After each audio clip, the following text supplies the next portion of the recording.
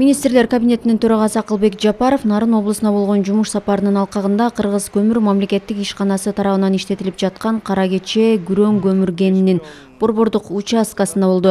Ал өндүрүштүк иштердин жүрүшү менен таанышып, жумушчу кеңешме өткөрүп, Кыргыз көмүр мамлекеттик ишканасынын жетекчилигине тиешелүү мамлекеттик жана жергиликтүү бийлик органдарына бир катар тапшырмаларды берди. Алдыдагы жылытуу мезгилине даярдык кынтыксыз болушу керек. Бекитилген план боюнча Кыргыз көмүр ишканасы 2 миллион 677 миң тонна көмүр өндүрүп камдашы керек.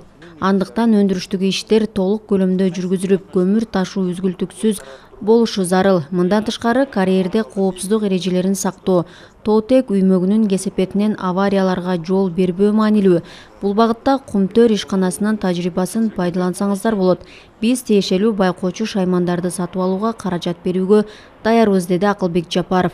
Ошондой эле министрлер кабинетинин башчысы Жумгал районунун тургундарын өздүк баада көмүр менен камсыз кылууну тапшырды.